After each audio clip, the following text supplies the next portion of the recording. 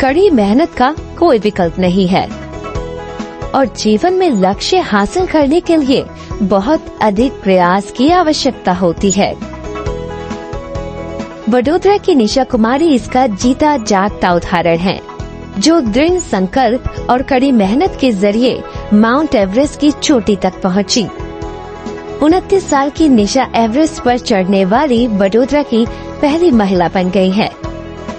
Everest पर चढ़ने में निशा को लगभग 40 से 45 दिन लगे, लेकिन उनका ये सफर आसान नहीं था।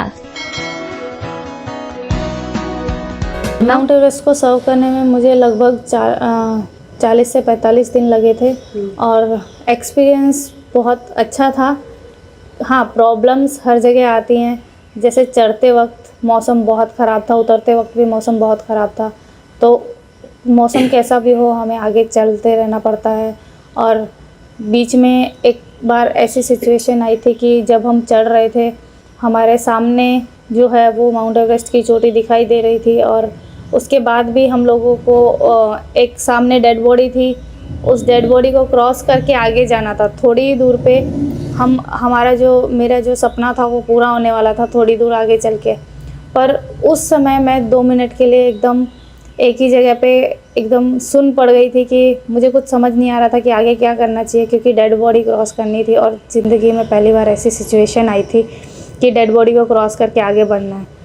तो उस सिचुएशन को पार करने के लिए थोड़ी देर बाद मेरे अंदर से आवाज़ आई कि निशा, तेरा सपना है, तूने इतनी मेहनत की है, इतने लोगों का आशीर्वाद और इतने लोगों की मेहनत तेरे पीछे है, तो उसको पूरा करना है। इसके लिए फिर मैं आगे बढ़ी। आगे बढ़ के जब मैं टॉप पे पहुंची तो मैं बहुत खुश थी और ऊपर से जो व्यू था कि सिर्फ बादल और जो माउंट एवरेस्ट से छोटे जो पर्वत वहाँ पे हैं उन सब की चोटियाँ दिखाई दे रही थी मुझे। वो व्यू बहुत प्यारा था, सनराइज़ हो रहा था। वो सब व्यू को मैंने अपनी आँखों में ऐसे समेट के रखा है, वो मैं कभी भी उसको विजुअलाइज कर सकती हूँ।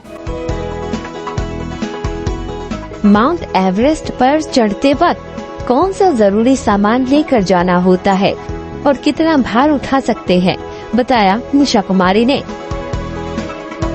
इसके इक्विपमेंट्स तो बहुत सारे होते हैं, जैसे हम लोग डाउन सूट पहन के चलते हैं, हेलमेट पहन के चलते हैं, हमेशा हमारे को हेड टॉर्च है, हमारा हेड समिट गॉगल्स है, नॉर्मल गॉगल्स है, क्योंकि अगर हम गॉगल्स नहीं पहनेंगे तो स्नो ब्लाइंडनेस हो जाएगा, हम लोग बिना गॉगल्स के स्नो में नहीं चल सकते। बहुत सारे इक्विपमेंट्स है। इसके बूट्स अलग से आते हैं स्नो के, वो बूट्स हैं। तो इक्विपमेंट्स बहुत कॉस्टली आते हैं, इसके 8 लाख का खर्चा था इक्विपमेंट्स का। तो बहुत सारी चीज़ें थी, वो सब हमें अपने साथ बेस कैंप से कैरी करनी पड़ती हैं। स्लीपिंग बैग है, सारे के सारे इक्विपमेंट बेस कैंप से ऊपर तक कैरी करना पड़ता है। कैंप 2 से हम लोग डाउन सूट पहन के ही आगे चलते हैं और कुछ जो इक्विपमेंट्स है जो ऊपर लगने वाले हैं वो हमें साथ में लेके जाने पड़ते हैं। मौसम इतना ख़राब था, हवा ऐसी इतनी ज़्यादा थी कि मेरी हेड टॉर्च और मेरे जो समिट गॉगल्स थे वो हवा की वजह से उड़ गए थे, पहनने के बाद भी वो उड़ गए थे। तो ऐसा मौसम था वहाँ पे। हेड टॉर्च की ज़रूरत नहीं थी क्योंकि सुबह हो चुकी थी और सूरज उग गया था, तो हेड टॉर्च की ज़रूरत नहीं थी।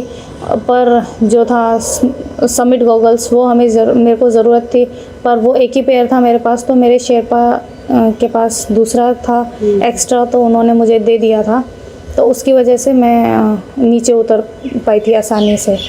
अभी तक टोटल कितने आपने माउंटेन सर किए हैं और कौन कौन से? 5 माउंटेन्स मैंने सर किए हैं। Mount Friendship Peak, Mount Satopanth, Mount Nun, then Mount मनालसू, उसके बाद अभी माउंट एवरेस्ट।